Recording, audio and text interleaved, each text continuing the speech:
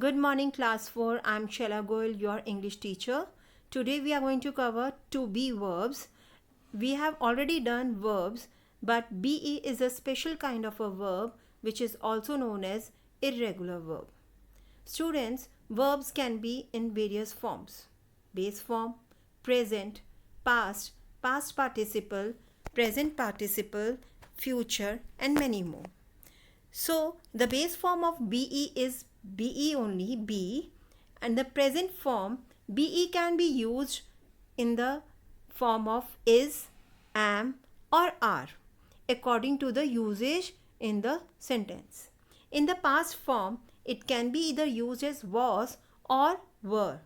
In past participle, it can be used as been, whereas in the present participle, it will be used as being. And in future form, it will be used as will be or shall be.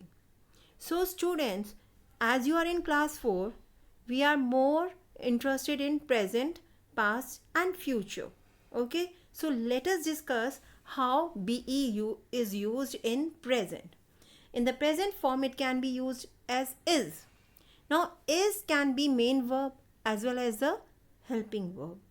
When there is no main verb, action verb, then it becomes a main verb. For example, he is at home.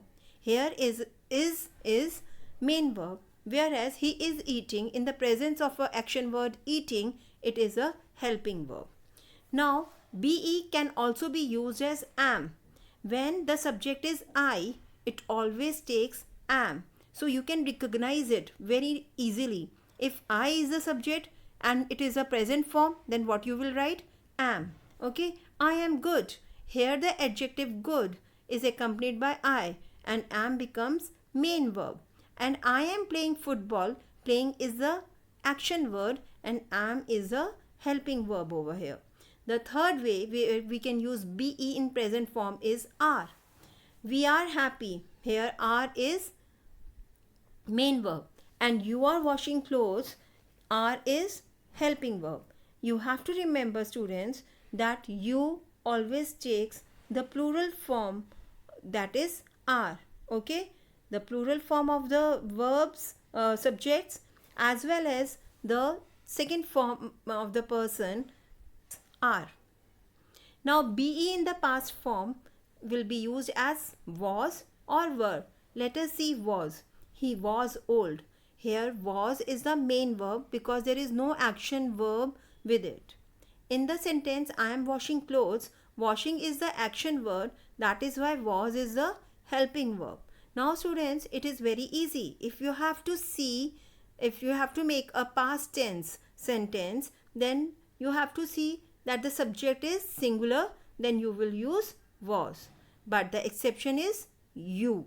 You always takes were. Okay, so the second form of be in past form is were. You were terrific. I told you, you is a exception over here. And they were washing clothes. Here again in the second sentence, washing is the action word and were is a helping verb, whereas in the first sentence, were is a main verb. Future form, it takes will be or shall be. Okay, he will be at home. Will be is a main verb, whereas when I am using it, he will be washing clothes, washing becomes our action word and will be becomes our helping verb. Now students, you have to identify if be is given in bracket and you have to write down any verb in place of be, then any of these words can come. Is, am, are, was, were, will be, shall be. You have to find out the tense and then you have to find out the subject, and then you will select the appropriate be form of the verb to put into it. I hope you have understood the concept. Happy learning, students.